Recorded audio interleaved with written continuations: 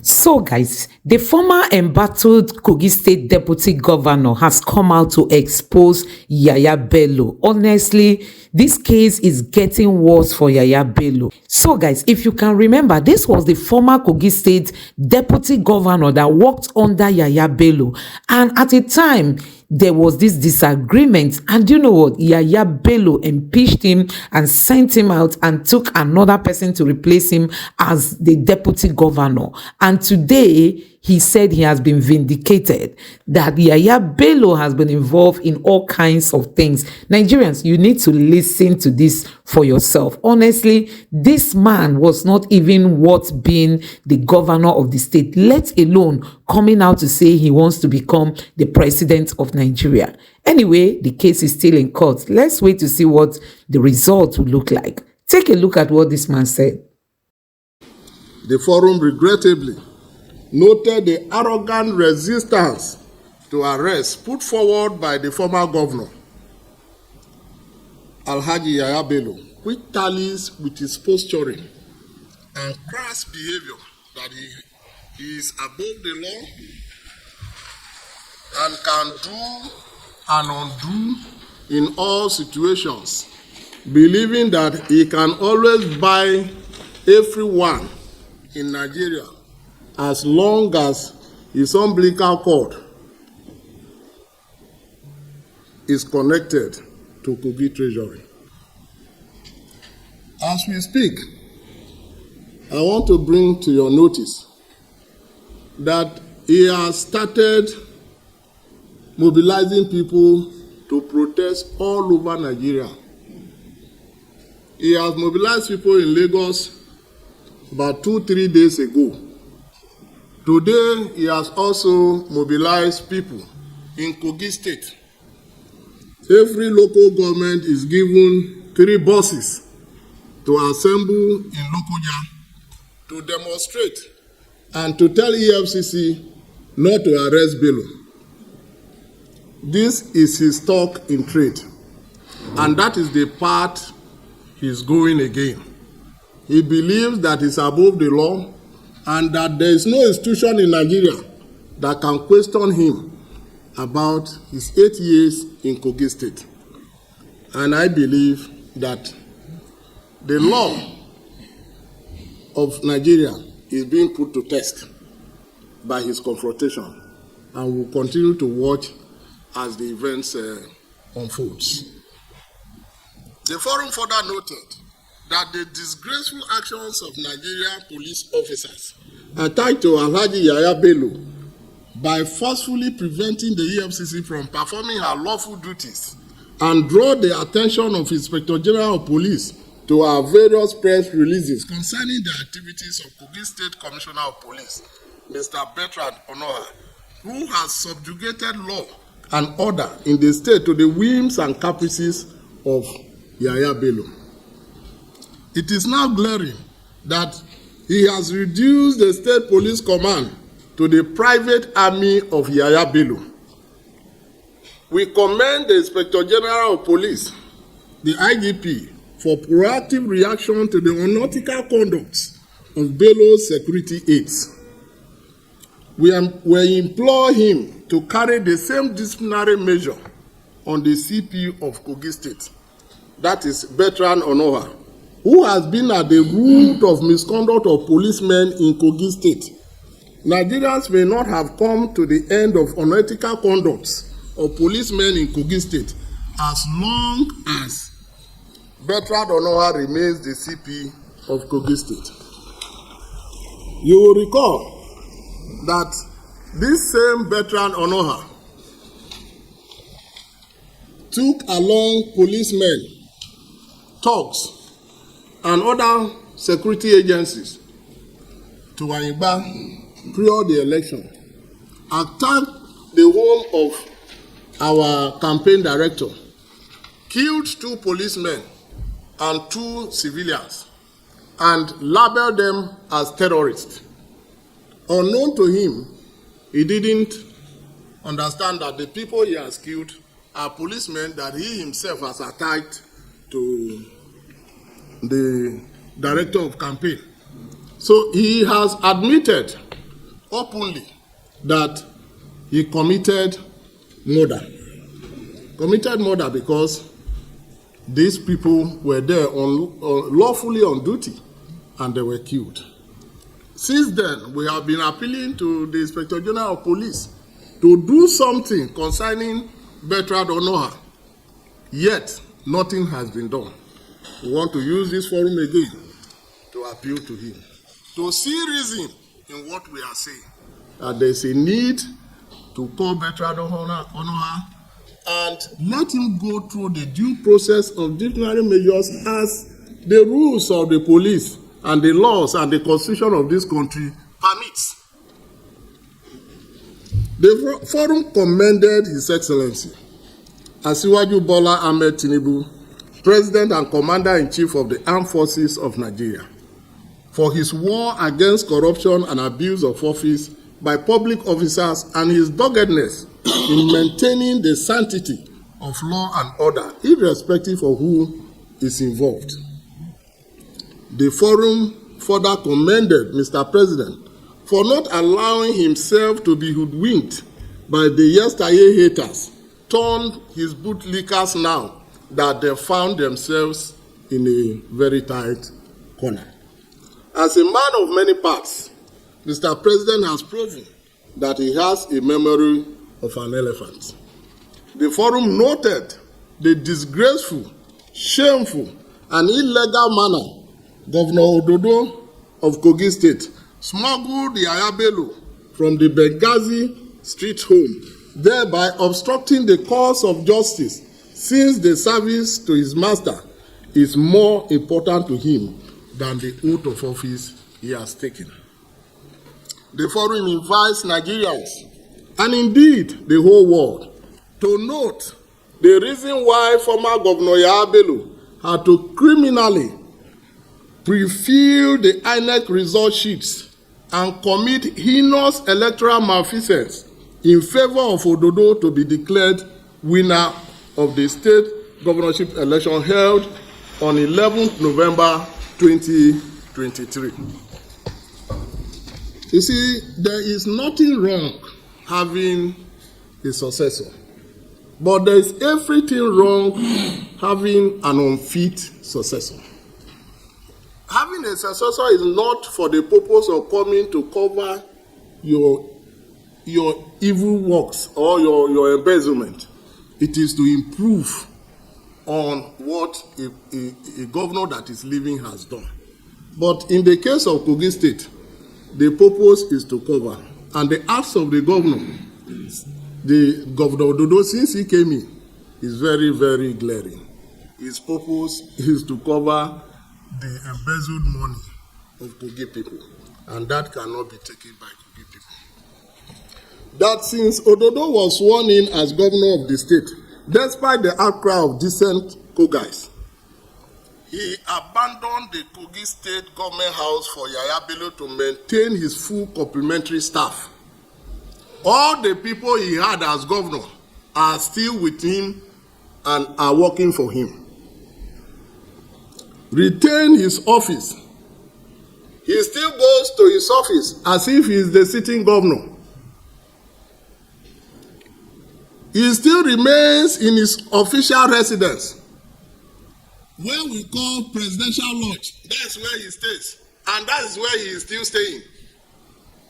So if this is allowed to be, what do you call it? Is this not a third tenure? So these are the things he continues to do.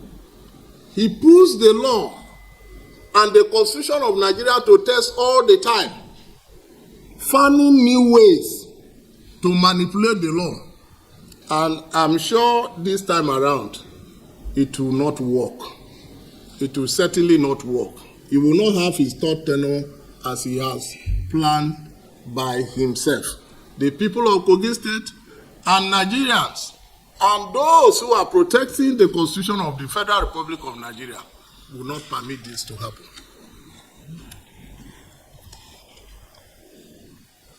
He is still in his official residence and he continues to enjoy the paraphernalia of his office as though he is on his third term and thus providing sanctuary for him to evade arrest or be held accountable for his past misdeed as governor. The forum further drew the attention of INEC to the case of double registration brought against Yahaya Bello, of which INEC confirmed same to be true, but could not prosecute him because of the immunity he enjoyed as governor that time, but promised to prosecute him in accordance with the extant law at the end of his tenure.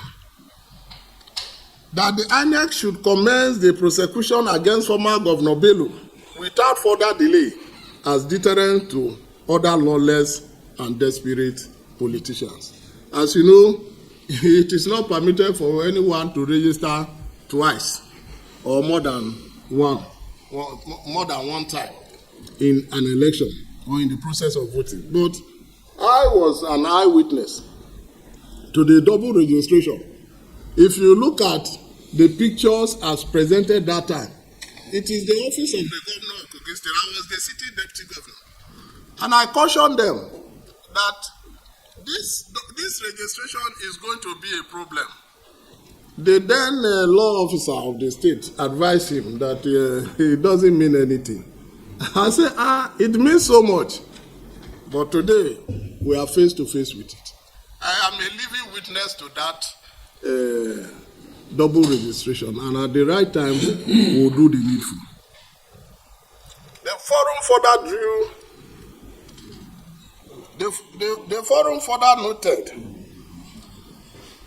the continuous emasculation of the state judiciary and legislation in the power structure of the state.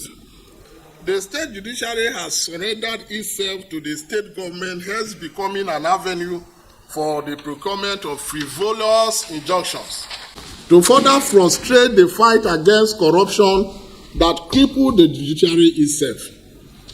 That the state judiciary recently succumbed to former Governor Bello's pressure to recommend his wife and relatives to be appointed as judges of the state high court. This is a woman that had never practiced law since her call to bar. Is this a thing that should be? Today, the state judiciary that ought to be the beacon of hope for justice to everyone is at its knees, begging for the instruction from former Governor Bello and Governor Dudu to pervert justice.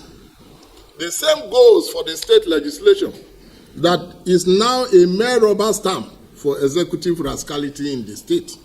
The concept of separation of powers and the independence of the judiciary is alien to former Governor Bello and by extension to Governor Ododo. We call on National Judicial Council to carefully look at the laws and rules that guide appointment of judicial officers to save the nation from judicial catastrophe. The Forum of Concerned Kogi Citizens paid glowing tribute to the former Minister of Health, late Architect Chief G.Y. Aduku, who died in Atlanta, Georgia, in USA in the preceding month, in March.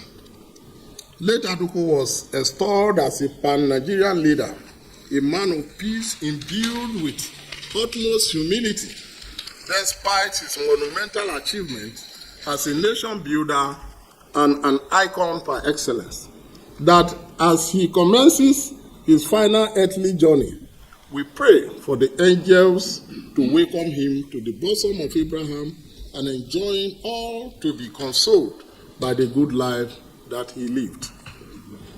After thorough deliberations of the above-ranging issues, the forum resolved as follows. 1. That Yahaya Bello is currently holed up in Kogi State Government House, and all efforts should be taken to bring him to justice. That relying on moralizing and or appeal to conscience will not yield any result or move him to voluntarily surrender to EFCC, because, as the saying goes, the guilty are always afraid. It is that same fear that is making him to mobilize people to demonstrate in Lagos, and today he's also mobilizing people to demonstrate in Kogi State in Lokoja. Moreover, Governor Dodo should be requested to immediately surrender his abductee, that is Yahaya Bello, because he's the one that came to Benghazi Street and took Yahaya Bello away from the hands of the EFCC. On the 17th of April, under the cover of his immunity, we urge the leadership of APC to be wary in giving responsibilities to men of low character, particularly responsibilities that requires honesty, experience, and trustworthiness. Asking Ododo to conduct primaries in Ondo is a complete misrepresentation of the party and a low image for Nigeria. And of course, for as many of us that are conversant with the news coming from Odo, he has not performed.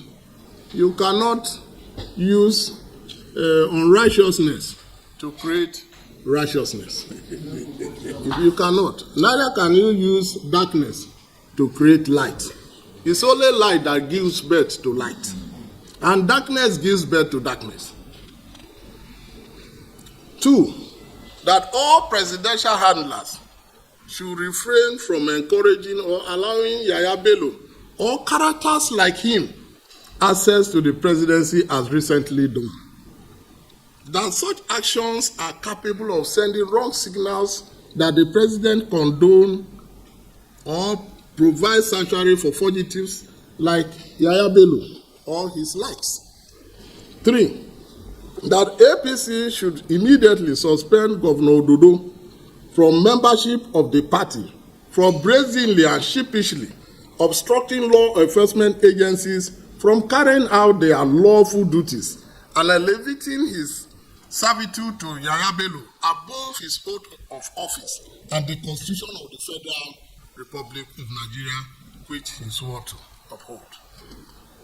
4, the Kogi State House of Assemblies once again called upon to commence impeachment proceedings against Governor Ododo for obstruction of justice and for abandoning Kogi State Government House for Yahaya Bello to evade arrest and prosecution contrary to his oath of office. 5, that INEC should immediately institute legal proceedings against Yahaya Bello for double registration as voter in Abuja and Okene contrary to the provisions of extant laws. That INEC had already established the case against Bello but could not prosecute him because of the immunity he enjoyed at that time as a state governor. Now that his tenure is over, nothing stops INEC from bringing him to justice to serve as deterrent to other lawless and desperate politicians. Number 6, that all Nigerians should rise and support Mr. President in his tireless efforts in ridding Nigerians of corruption and bringing corrupt public officers to justice, irrespective of tribe, religion, and party affiliations. That Mr. President will go down in history as one leader that abhorred corruption in high places in Nigeria. That the immediate suspension of the Minister of Social Development and Humanitarian Affairs over the allegation of corruption and abuse of public office by Mrs. Betta Edu is a case in point of Mr. President's zero tolerance to corruption. That the federal government and Kogi state government should name any national asset and or establishment after the former Minister of Health, late Architect G.Y. Aduku, for his untainted leadership and service to Nigeria and Kogi State. That by immortalizing late Architect Aduku, present and future generations will learn and emulate his virtues of honesty, hard work, integrity, and peace coexistence and peaceful coexistence with all people. Number 8, that the Inspector General of Police is once again called upon to redeploy the Kogi State Commissioner of Police, Mr. Bertrand Onoha, from the state to forestall further damages to the image of the Nigerian police force and misuse of our personnel to obstruct justice, as was seen in Abuja recently. Mr. Onoha had previously confessed to extrajudicial killings of innocent Kogais at the behest of former Governor Bello. Again, he's using the police personnel attack to former Governor Yahaya Bello to prevent his arrest by sister law enforcement agencies. 9. The forum commends the immediate withdrawal of the aides of the former governor, Alhaji Yahaya Bello. Yahaya Bello is servicing them from his loot from Kogi Treasury, hence the irresistible attachment to him and their availability for his illegal affront against his perceived political enemies and other law enforcement agencies. 10. That all Kogais should unite and fight the scourge of corruption from our body politic. That our brothers and sisters in Kogi East, Central, and West should recall that the several months of non-payment of salaries, non-existent infrastructure, and decay in health and education affected all of us. Hence, we should all support the EFCC in their effort to recover our common patrimony from our looter-in-chief, Alhaji Yahaya Bello and his clans of corrupt acolytes. That all of us are victims of Yahaya Bello bad governance. No one should be suffering and smiling. As we speak, you cannot say that the people from Igberalan are not suffering. They are. The people from Oku are suffering. The people from Igala and Basalan are suffering. So this suffering, there is no exception. All we need to do is to ensure that what is bad is taken away and what is good is brought in, so that Kogi can move forward as a state. Number 11, that Governor Ododo should return to Kogi State to provide leadership and governance instead of using his security personnel attached to him to protect Yahaya Bello to evade justice. That the continuous payment of salaries of personal staff of Yahaya Bello from the state coffers is an abuse of office, and his days of reckoning and accountability will soon be at hand. That the state judiciary should join the war against corruption, stop the perversion of justice, vile issuance of frivolous injunctions on matters beyond their jurisdiction, and stop being an embarrassment to itself in her quest to please the state governor whose only interest in governance is plundering the state resources for personal benefits. 13. That the state legislature had driven itself to oblivion, occasioned by avarice of our members, thereby neglecting their oversight functions and aiding the governor to plunder the state. The members of the State Assembly are number one happy slaves of the state. That members of the State Assembly should live up to their responsibilities and ensure separation of powers by acting as checks and balances on the excesses of the executive, instead of being a mere puppet in the hands of the governor or being a happy slave. 14. We promise to continue to address issues from time to time as matters unfold. We commend the press for resisting continually the attempts of the Kogi State government in blocking news items. We advise the Kogi State government to always come forward and state their own side of the case, instead of wasting Kogi resources in an attempt to block news items. Kogi State government should know that in this age of internet, every man that has a phone is also holding a television. And so news no longer can be blocked. It is an exercise in futility. And so they should desist from going to television houses and blocking news here and there. As soon as a news gets to the internet, it is gone all over the world. And so there's nothing you can do to block it.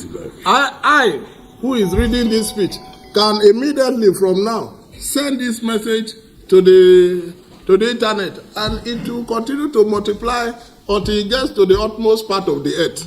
That is what the world that we live in. So if they are living in ignorance and thinking that blocking news at television houses will save them, there is no hiding place for it. What they should do is to first of all repent and begin to do that which is right, so that people do not come up, exposing their evil and wicked stand. But as long as they refuse to repent and they continue in their evil, we will continue to bring out that which they ought to do, which they have not done well. Well, the question the gentleman of the cooperative of estate has just answered. Tell them your name. Yeah, I'm Dada Fehiti, former executive chairman of the local government. We are hearing, just like the deputy governor said, that the social media, within a second will send news here and there. We are hearing that arrested in Chad, that he was on this bike when he was arrested. Of course, it's becoming an embarrassment to us in Kogi State. Yeah, it's becoming an embarrassment. If your hands are clean, one will expect that by today he will drive into Abuja and surrender himself to the law enforcement agent. So it's his refusal to come to Abuja that is making people to guess, to speculate here and there.